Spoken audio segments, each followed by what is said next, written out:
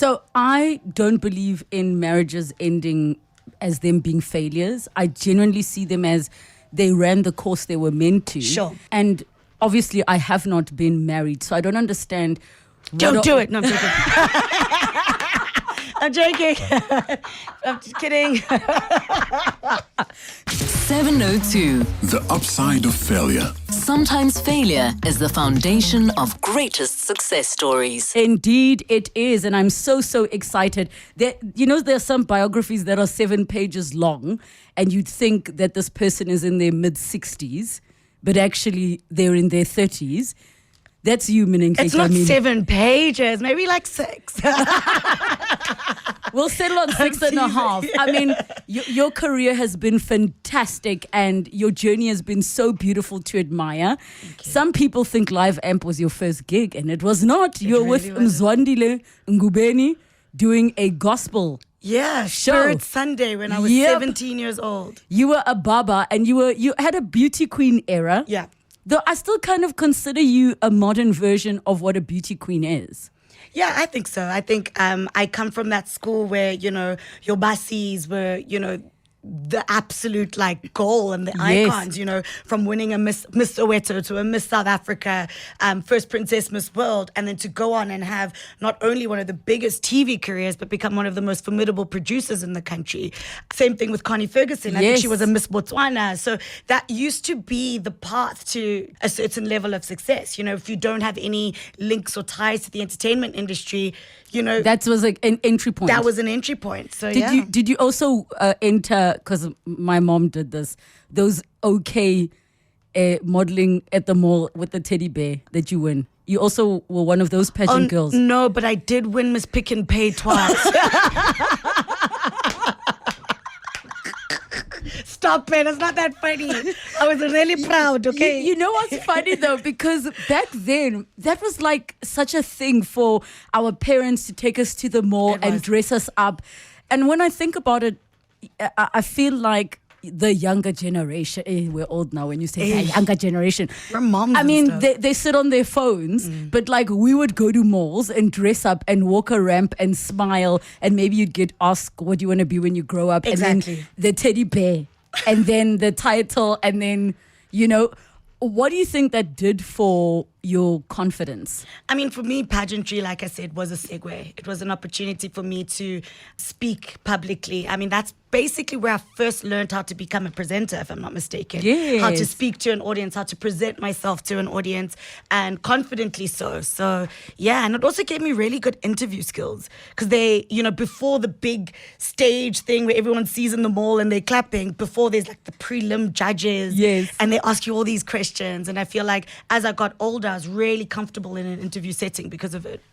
I am so fortunate that I have intimately been able to see your career and see you evolve and see you grow. And I know you have so much fun when you are in the acting space. Yeah. You have a new film coming out. I do. And the poster's a bikini. A fly picture is fly in a bikini. This mama here. Talk to us about the film. I actually just came from the cinema right now.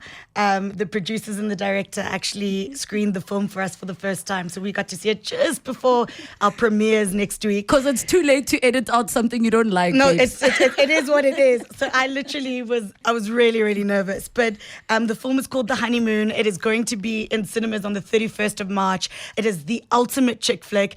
I'm so excited about the film. I'm really, really proud of it. I had a lot of fun shooting it.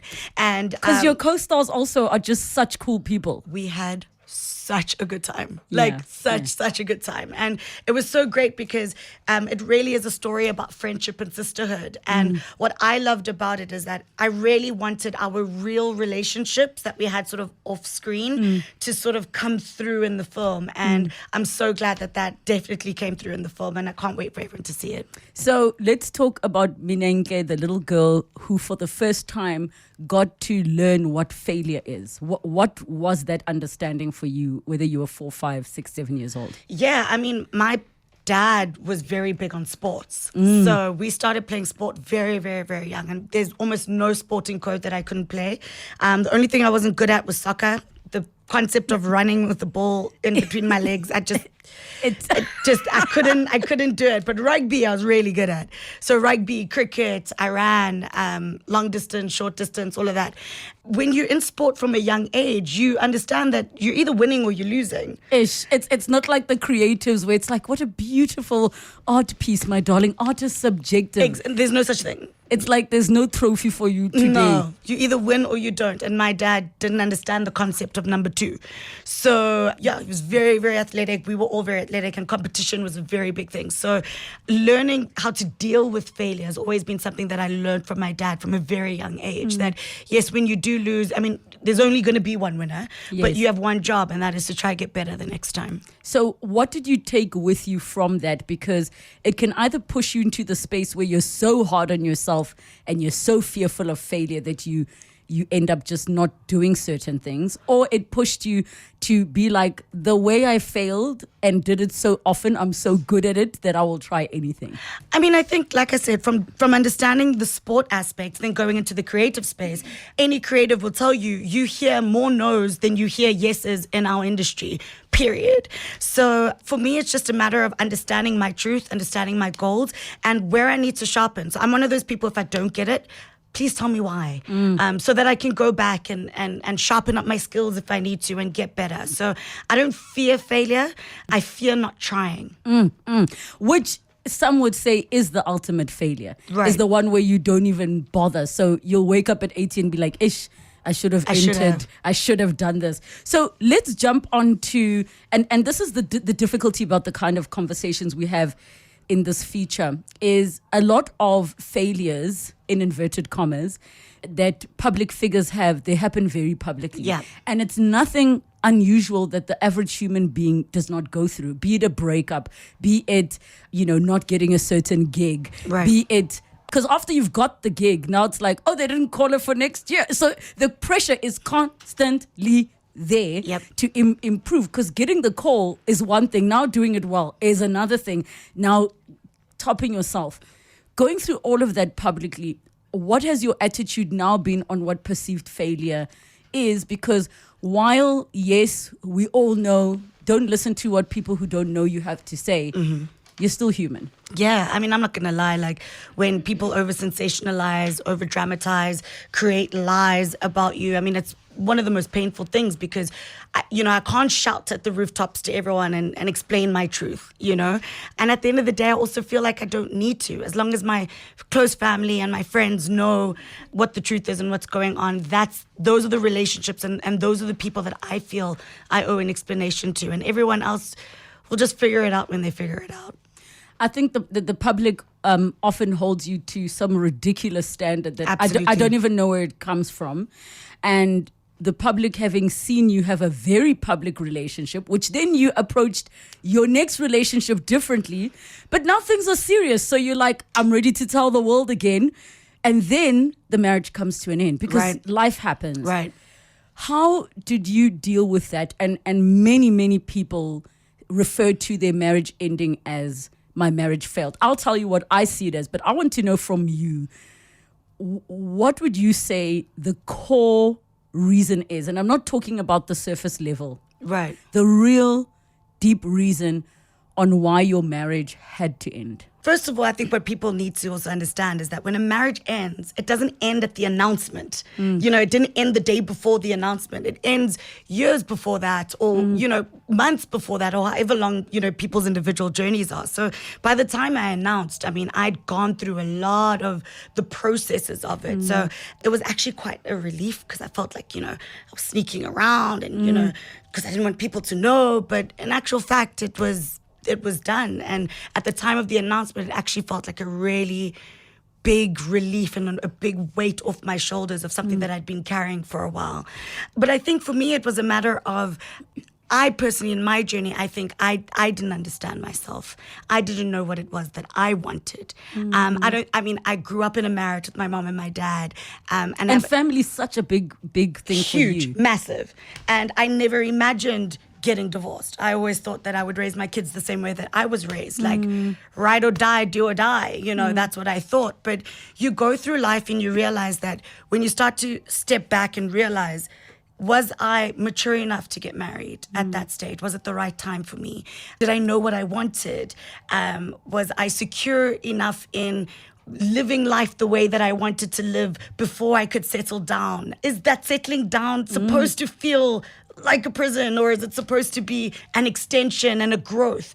And I just felt like for me, timing was off, but I didn't know myself. And then furthermore, I went on to further lose myself in my marriage. So it ending for me in a weird way, outside of the pain and all of that goes with it, was an opportunity for me to have a second chance at life. Do you still today, in full hindsight, look at it as a failure? I think the failure part is on my part, from not being able to pick up what was right for me at a time before I went all the way. And I failed myself. You know, in relationships, you always know, you know, when you look back, you're like, but that was a red flag, or that was a red flag, and that was a red. Well, you're a red flag. Yeah. You know, there's so many, I'm not, you know, pushing the blame in any shape or form, but you know, you're either a red flag and you're not acknowledging it, or they're a red flag, or they have red flags and you're not acknowledging it. I just was not at a point where I was willing to trust myself and what I wanted, and ultimately I think that's why my marriage ended. So I don't believe in marriages ending as them being failures. I genuinely see them as they ran the course they were meant to. Sure. And obviously I have not been married, so I don't understand. Don't do it. No, I'm joking. I'm joking.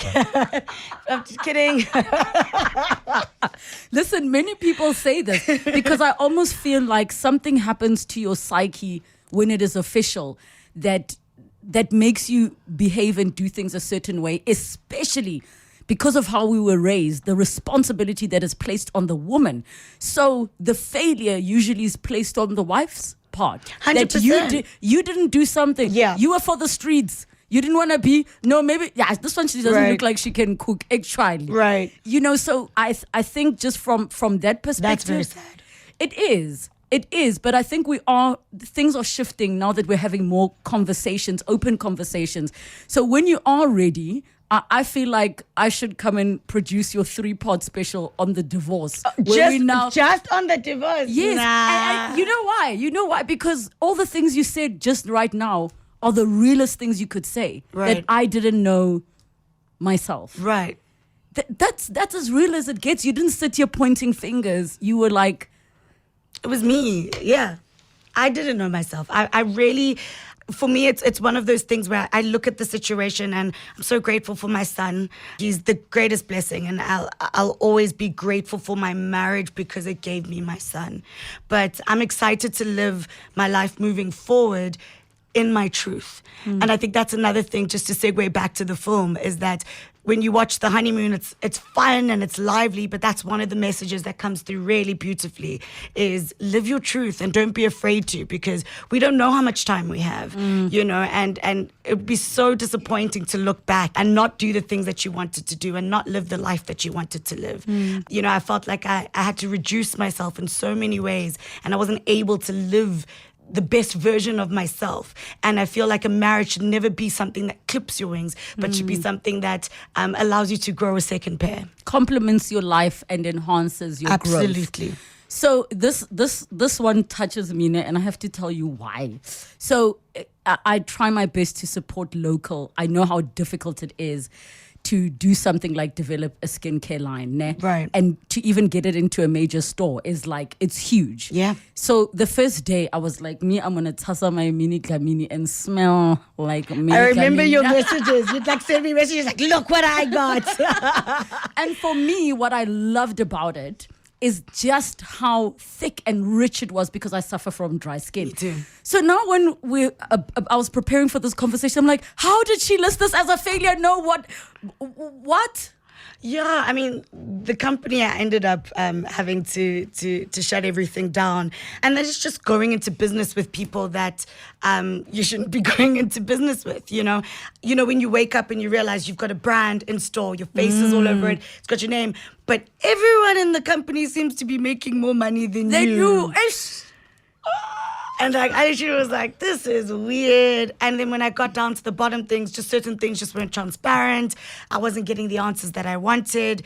And I just realized that, sometimes in life they say no man is an island. And I'm a big person on that. Like I want to work with people who've been in the business, who've been doing this so that I can grow and I can gain some skills and acquire new skills.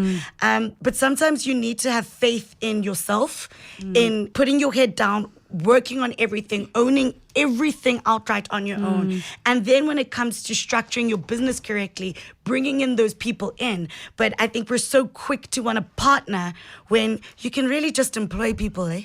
And not in a bad way, but I'm with you completely. But the difficulty, and I think what some people maybe don't see, because this is not unique to local. The beauty of having the platform that you do is that people want to attach themselves to you. So you are surrounded by a plethora of options, of spaces you can go to. It could have been fragrance. It could have been an alcohol brand. It could have been so many things. Now you go in passionate and you entrust that, you guys know this space. And it's not unique to you because Kanye might have encountered problems. Beyonce might have encountered problems. Her House of Darion, it also, didn't work out.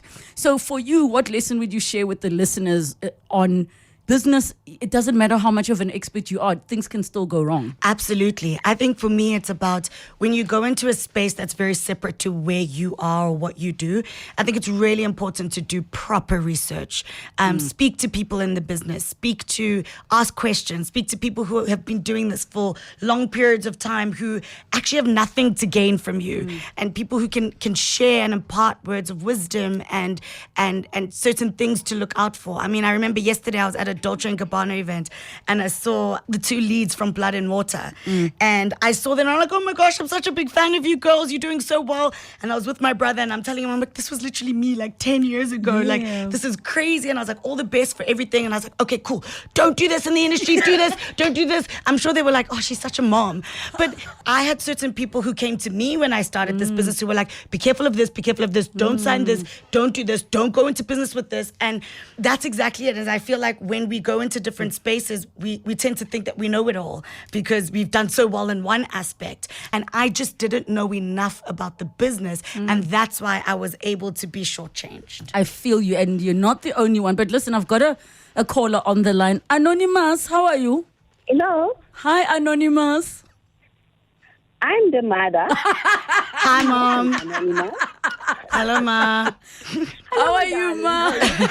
I'm just good, Phil. How are you?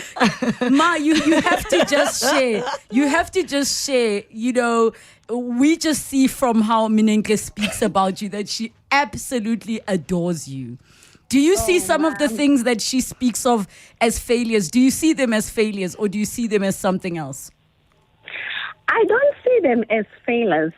I see them as, as a learning curve, if I may put it that way. Whatever she says, and if she's at fault, but I can see that it's not something that is a failure. It's something that it's a learning tool or it's a learning curve for her. That's how I feel. Yes. Thanks, Mama. and Queen Mother, also Queen Grandmother. You have to be honest. Why, when you become grandmothers, you forget about us? You don't care about us anymore. No, I need to know. I think it comes naturally. Do you know what she said to me the other day? She said she's going to change her will and she's going to put everything in Netta's name. I said no. No. I said, are you mad? You know what? Heather and I, we've done our part for her. So now, our interest now is more on our grandchildren. I think no, it's not you haven't heard, Mama. The streets say I'm broke. You're I broke. need the money. Also, Barry, you're ugly. I'm ugly, babes. Yo, I did.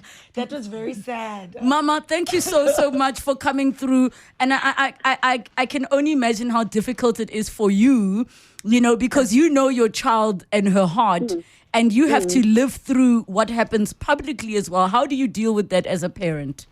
No, man. I take everything with a pinch of salt. I must be honest with you. It needs a strong woman, a careful woman, a Proverbs 13 a woman to go through this, you know. And I just say to myself, it's only God who can judge. It's only God who knows. But really, at the end of the day, when you think about it, I'm in Durban, Minnie is in Joburg, and I wish I can just drive there immediately and comfort my daughter. But to be honest with you, I live in prayer, and I always encourage her to stay strong, And I always say to her, Minnie, you know the truth, you know what is going on. Just stay in your lane and focus on yourself and forget about everything else, although it's very, very difficult. To be honest with you, it's very difficult because when you go to the shops, you meet people. You don't know whether they look at you because of that or they look at you because you are Minnie's mother. So, like I said earlier on, you take everything with a pinch of salt. Yeah. It's only that I pray for her to go through whatever obstacles that she comes across. Hallelujah. Queen Dlamini, thank you so much, Ma. Minnie, I know our conversations are going to continue offline. Awesome. But for all of the listeners, what would you like to leave them with just on what you've learned about failure? For me, don't fear failure. I said it earlier. The biggest fear should be fear of not trying and the fear of regret. 702. The upside of failure. Sometimes failure is the foundation of greatest success stories.